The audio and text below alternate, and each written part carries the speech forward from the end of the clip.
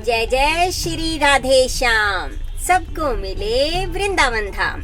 सो दोस्तों, जैसा कि आपको मालूम है कि इस वक्त मैं हूँ वृंदावन धाम में और मॉर्निंग के वक्त हमने की थी परिक्रमा वृंदावन की। सो लगभग 11 किलोमीटर की परिक्रमा है और मॉर्निंग में हमने शुरू की थी ये मंगला आरती के बाद, इस्कॉन मंगला आरती के बाद। सो अनफॉर्चुनेटली आज मैं मंगला आरती अटेंड नहीं कर पाई, मैं थोड़ा लेट हो गई थी और तब तक मेरे सारे ग्रुप वालों ने मतलब जो डिस्कशन करते हैं कि हम कहाँ कहाँ रुकेंगे, पूरा प्लानिंग उसी हिसाब से उन्होंने अनाउंस किया था। मीनवाइल मैं प्रभुपाद समाधि के दर्शन कर रही थी और जैसे मैं बाहर निकली तो मेरा ग्रुप छूट चुका था। सो वो लोग कहीं और, मैं कहीं और। मैंने बहुत कोशिश की कि मैं उनको ढूंढूं लेकिन ढूंढ नहीं पाई। फ्रेंड्स थे मेरे साथ जो कि ई रिक्शा से आए। सो अल्टीमेटली मैंने अकेले परिक्रमा की। सो पहली बार मैंने वृंदावन की परिक्रमा की, लेकिन मेरा बहुत ही अच्छा एक्सपीरियंस रहा। हमारे गोविंद देव जी की कृपा है।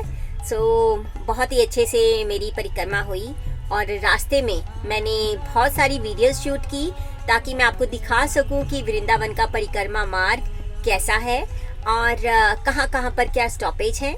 बीच में मैं फरीदाबाद से इस्कॉन डिवोटीज आए थे, उनके साथ भी शामिल हो गई, जिसकी वजह से मेरा ये सौभाग्य रहा कि मुझे लगभग 2 जगह पर कथा श्रवण का मौका मिला।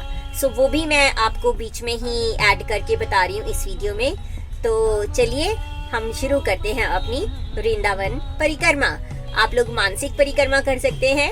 मानसिक परिक्रमा भी आपको उतना ही लाभ देगी जितना कि लाइव परिक्रमा। हरि बोल।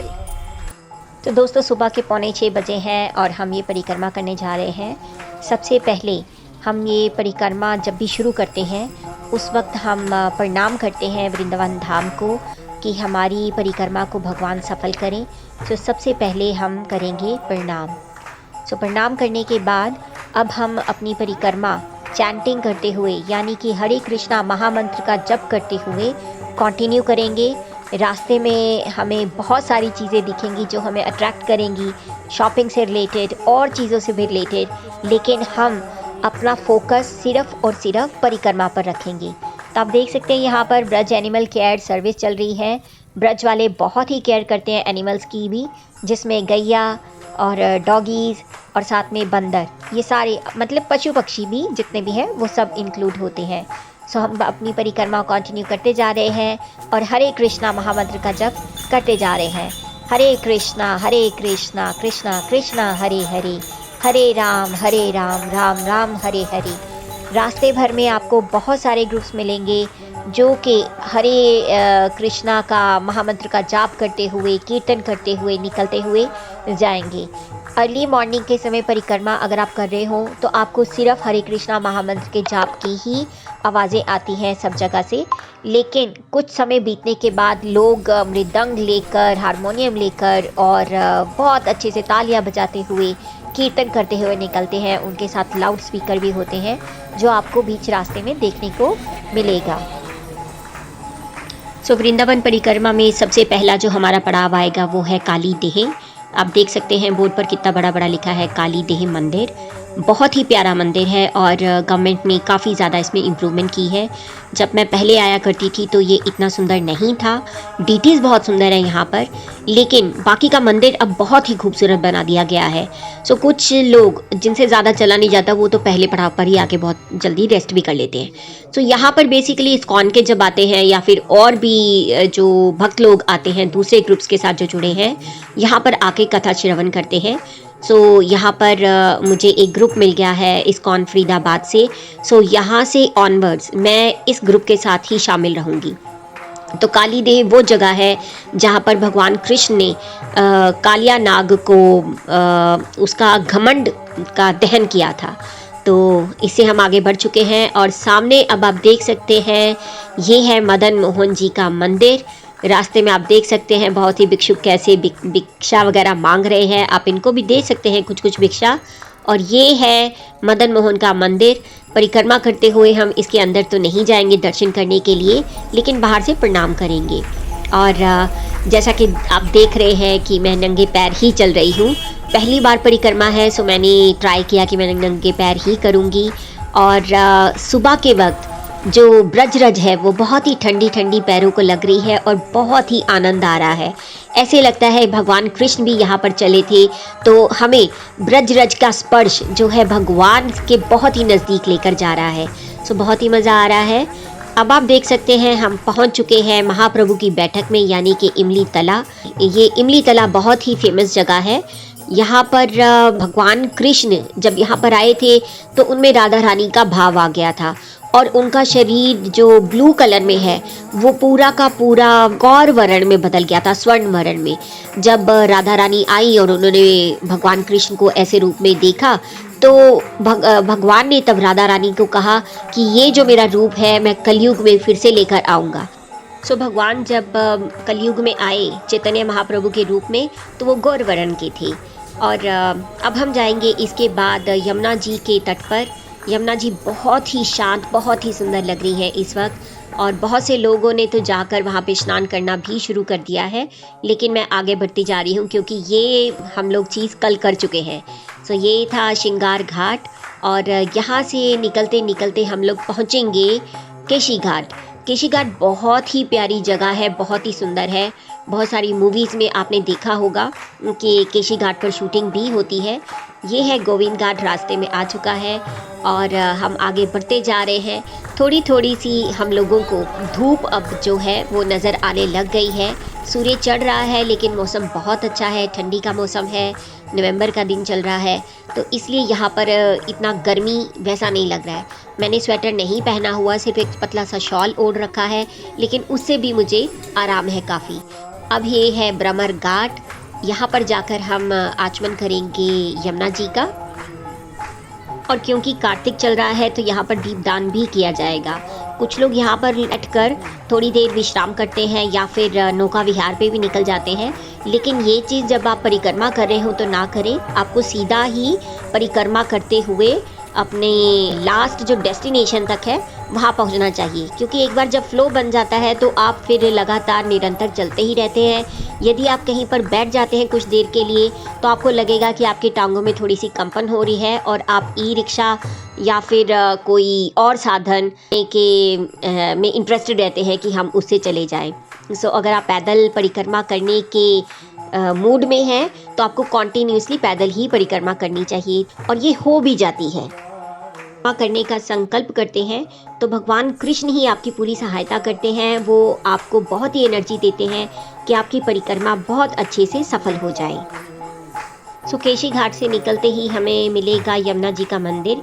बहुत ही प्यारा छोटा सा एक मंदिर है यहाँ पर, जहाँ पर यमुना जी की पूजा होती है, यमुना जी की आरती भी होती है। सो आप देख सकते हैं कि कितने सारे लोग हैं सुबह के वक्त जो कि बिल्कुल भोर में उठ जाते हैं परिक्रमा करने के लिए, क्योंकि कुछ देर के बाद यहाँ पर रश होने लग जाता है परिक्रमा मार्ग में और असुविधा भी होती है।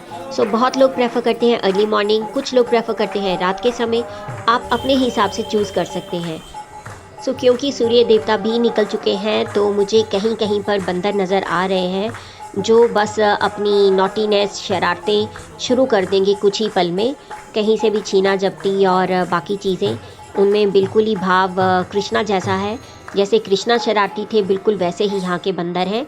बरसाना में ये चीज़ नहीं मिलती। साना में राधा रानी का भाव लिए रहते हैं बंदर, तो ज़्यादा तंग नहीं करते। तो दोस्तों अब हम पहुँच चुके हैं जगन्नाथ जी के मंदिर। बहुत ही प्यारा मंदिर है ये, और वैसे मैं भी पहली बार ही जा रही हूँ, लेकिन इस मंदिर के बारे में मैंने बहुत सुना हुआ है। सो जगन्नाथ जी का मंदिर बिल्कुल मिडवे में ही पड़ता है ये। सो देखिए बातों बातों में पता ही नहीं चला कब हमने आधी परिक्रमा कर भी ली। जय हनुमान जी, श्री राम के भक्त, जय श्री राम। और ये है हमारे नरसिंह देव जी और साइड में ही गणेश जी हैं। अब हम जा रहे हैं मंदिर में अंदर और दर्शन करेंगे जगन्नाथ जी के, बलभद्र के, सुभद्रा जी के।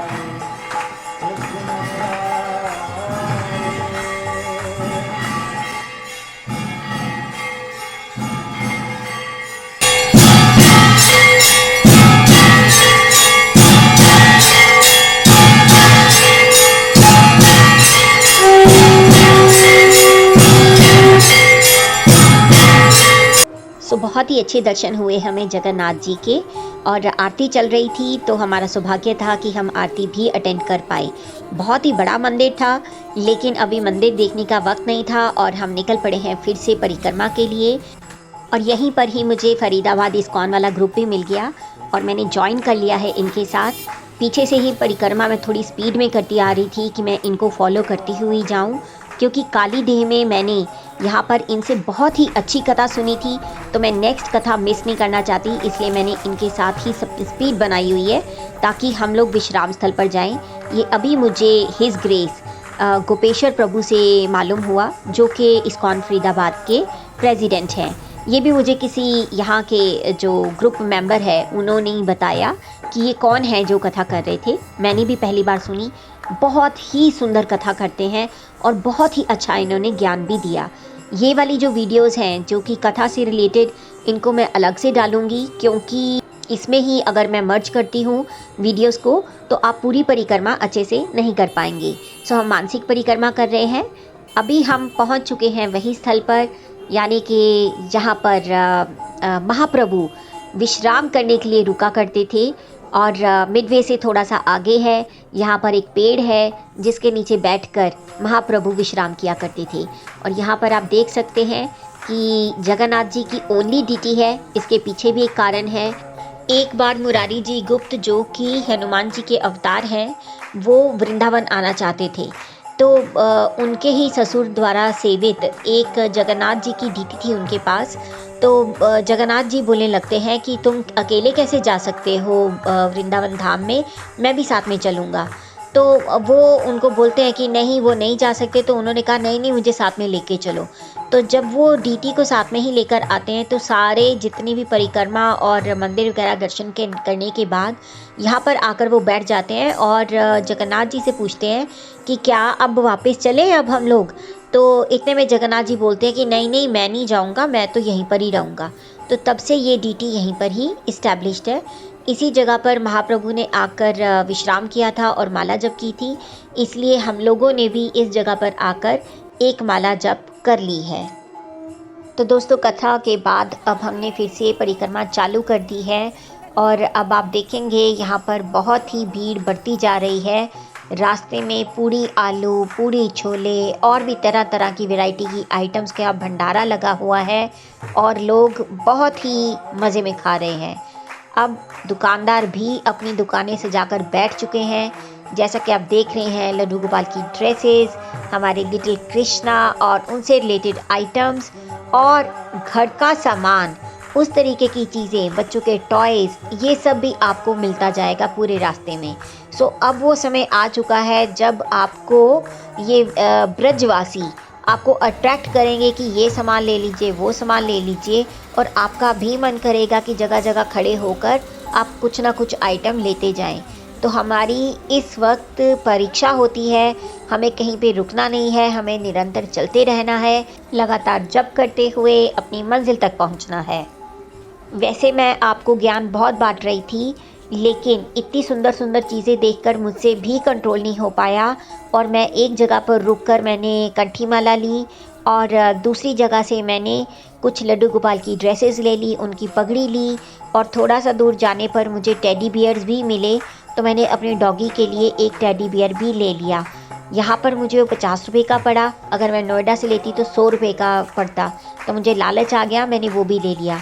अब उसको कैरी करने के लिए भी मुझे प्रॉब्लम हो रहा है, साथ साथ में एक हाथ में टेडी बियर है, तो ये मैंने गलती कर दी। तो परीक्षा में मैं भी फेल हो गई, इसीलिए मैं आपको बार बार बोल रही थी कि रास्ते में से कोई सामान मत लीजिए, लेकिन मैं ही ले बैठी हूँ। यदि आप अपने बच्चों के साथ आएंगे तो यहाँ पर आपको बहुत ही ज़्यादा समय लग जाएगा, क्योंकि बच्चे जगह जगह रुककर ज़िद करेंगे कि मुझे ये भी ले दो, वो भी ले दो। एक दो केसेस तो मैंने अपनी नज़रों के सामने यहीं पर ही देख लिए हैं। सो जब भी आप वृंदावन परिक्रमा की प्लानिंग करें तो उसमें आप इन चीज़ों का ज़रूर ध्यान रखें कि हम बच्चों को परिक्रमा के लिए लेकर जाएं तो कैसे उनका इंतज़ाम करना है और कैसे उनकी फूड आइटम्स साथ में लेके जानी है। अगर उनको मान लीजिए रास्ते में नींद आ जाती है तो आप क्या करेंगे। तो बहुत ही छोटी छोटी चीज़ें हैं जिसका आपको ध्यान रखना पड़ेगा। दूसरी चीज़, अगर आपने कभी भी नंगे पैर परिक्रमा नहीं की है और आप करना चाहते हैं, लोगों को देखकर आपके मन में भी इच्छा हो सकती है कि आप नंगे पैर करें, तो आप ये चीज़ें ज़रूर ध्यान में रखें कि आपकी चप्पल साथ में ही रहे, क्योंकि कहीं पर भी अगर आपको तकलीफ़ हो या कोई प्रॉब्लम हो तो आप झटपट अपनी चप्पल पहन सकें। बहुत बार ऐसा होता है, हम नंगे पैर चलना शुरू कर देते हैं और उसके बाद हमें रियलाइज़ होता है कि अरे मैं तो चल ही नहीं पाता। सो इन चीज़ों के लिए प्रैक्टिस चाहिए। धीरे धीरे करके ही आप नंगे पैर चलना शुरू करें, तभी आपकी प्रैक्टिस बनेगी और वृंदावन धाम में आप बहुत इजीली सारा ही परिक्रमा मार्ग आप वॉकिंग करते हुए नंगे पैर कवर कर सकते हैं। यदि आपने कभी इतनी लंबी वॉक नहीं की है तो परिक्रमा करने से पहले, यानी कि धाम में आने से पहले, उसी समय ही आप थोड़ी थोड़ी प्रैक्टिस करनी शुरू कर दीजिए वॉक की, ताकि आपकी बॉडी को थोड़ा सा एक्सपीरियंस हो जाए कि मुझे वृंदावन धाम में जाकर वॉक करनी है। वरना जैसे ही आप यहाँ पर आएंगे, आप 1 किलोमीटर चलेंगे और उसके बाद ही आपका मन करेगा कि नहीं मुझे तो ई रिक्शा करना है। लेकिन जैसे ही आप परिक्रमा मार्ग के बीच में चलना शुरू कर देते हैं तो ई रिक्शा मिलना बहुत मुश्किल हो जाता है। यदि आपको ई रिक्शा से परिक्रमा करनी है तो सबसे पहले ही निश्चित कीजिए कि मेरे को ई रिक्शा से करनी है या फिर मुझे वॉक करके करनी है, क्योंकि बीच रास्ते में आपको प्रॉब्लम हो सकती है। इसलिए आप इन चीज़ों को ध्यान में रखते हुए ही परिक्रमा शुरू करें। तो दोस्तों, अब हम पहुंच चुके हैं बाबा नीव करोरी आश्रम में। बहुत ही बड़े बड़े सेलिब्रिटीज़ इनके डिसाइपल्स हैं, जिसमें फेसबुक के जो मार्क ज़करबर्ग हैं, स्टीव जॉब्स हैं एप्पल कंपनी के मालिक, उसके बाद हॉलीवुड स्टार जूलिया रॉबर्ट्स और रामदास जो कि स्पिरिचुअल गुरु हैं, कृष्णदास जो कि ग्रैमी अवार्ड विनर है, वो सब इनके डिसाइपल्स हैं। सो मैं ज़रूर इस आश्रम को भी देखूंगी, क्योंकि यहाँ पर डेफिनेटली हनुमान जी की डीटी होनी चाहिए, क्योंकि ये हनुमान जी के बहुत बड़े भक्त हैं। तो आप देख सकते हैं कितने ही सुंदर तरीके से ये आश्रम बना हुआ है। बहुत ही पीसफुल है, बहुत ही शांति है यहाँ पर। मेन गेट इन लोगों ने बंद किया हुआ था, लेकिन साइड में एक छोटा सा गेट था, मैंने उसे एंट्री की है। और यहीं पर ही एक माता रानी का छोटा सा मंदिर था, लेकिन उसके दर्शन नहीं हो पाए, शायद उसके दर्शन अभी बंद है। और अब हम जा रहे हैं हनुमान जी के दर्शन करने के लिए, जो कि बहुत ही प्यारे और बहुत ही सुंदर डीटी के रूप में है यहाँ पर। इनके जो डिसाइपल्स हैं कृष्णदास, वो बहुत ही अच्छा गाते हैं, जो कि ग्रैमी अवार्ड विनर है, जैसा मैंने आपको बताया। उनका एक भजन है, राधे राधे गोविंद गोविंद राधे। बहुत ही प्यारा भजन है ये, आप ज़रूर सुनिएगा यूट्यूब पर, मन मोह लेता है ये भजन। और हरे कृष्णा महामंत्र तो बहुत ही अच्छे ढंग से गाते हैं वो, बहुत ही अच्छे तरीके से। सो दोस्तों, चलते चलते अब हम पहुंच चुके हैं गोरेदाऊ जी के मंदिर। अब यहाँ पर हम श्री बलराम जी के दर्शन करेंगे, जो कि गोरे हैं यहाँ पर, और उसके साथ ही हम मंदिर की परिक्रमा करेंगे। इसके बाद हम सीधा प्रस्थान करेंगे और थोड़ा तेज़ तेज़ चलते हुए इस्कॉन की तरफ बढ़ते जाएंगे। तो आप देख सकते हैं कितने ही अद्भुत दर्शन हो रहे हैं हमें गोरेदाऊ जी के। और अब हम परिक्रमा करते हुए वापस चलेंगे इस्कॉन की तरफ। पूरे रास्ते में आपको पेंटिंग्स दिखती जाएंगी, भगवान श्री कृष्ण की, राधा रानी की, भगवान कृष्ण के चरणों की। हरियाली बहुत है all through out the way. आपको पूरे बहुत बड़े बड़े पेड़ दिखेंगे, जो कि काफ़ी पुराने पेड़ हैं। और वहीं पर ही हर पेड़ों के नीचे कहीं ना कहीं आपको मूर्तियां भी दिखेंगी, जहां पर लोग दिया जला रहे हैं, दीपक कर रहे हैं, क्योंकि कार्तिक है, लोग कोई भी मौका नहीं छोड़ना चाहते। सो दोस्तों, अब हम करेंगे प्रणाम, क्योंकि हमारी मानसिक परिक्रमा और मेरी लाइव परिक्रमा संपन्न हुई। हम भगवान से दोबारा प्रे करेंगे कि हमें वो बार बार वृंदावन धाम में बुलाएं। सो दोस्तों, उम्मीद है कि आपको ये परिक्रमा करते हुए बहुत ही आनंद आया होगा और आप डेफिनेटली वृंदावन आने का विचार करेंगे, क्योंकि जब आप लाइव परिक्रमा करते हैं तो आपको बहुत ही डिफरेंट तरह की फीलिंग होती है। आपको लगता है कि भगवान के बिल्कुल ही आप नज़दीक आ गए हैं, वृंदावन के कण कण में भगवान कृष्ण बसते हैं। आपको बहुत ही आनंद आएगा। तो दोस्तों अब मैं यहाँ पर कुछ देर के लिए रुकूंगी और माला जप करूंगी, कीर्तन सुनूंगी जब तक मेरे फ्रेंड्स नहीं आते। सारा का सारा जो ग्रुप था मेरा वो अब बाकी मंदिरों की दर्शन करने के लिए जा चुका है। जब तक वो वापस आएगा मैं कुछ प्रसाद भी यहाँ से पा लूँगी, क्योंकि आज सुबह से मेरा व्रत है 12 बजे तक और उसके बाद ही मुझे प्रसाद लेना था। सो कुछ ही देर में मैं प्रसाद लेकर गोविंदा से या फिर जो प्रसाद हॉल है वहाँ से खाऊंगी और उसके बाद मैं यहाँ पर बैठकर चैंटिंग करूँगी। ये वीडियो आपको कैसी लगी आप ज़रूर मुझे कमेंट करके बताइए। वीडियो को लाइक भी कीजिए, दूसरों के साथ शेयर भी कीजिए। यदि आप मेरे चैनल पर नए हैं तो कृपया मेरे चैनल को सब्सक्राइब कीजिए। मैं इसी तरीके की वीडियो लेकर आती रहती हूँ। हरे कृष्णा।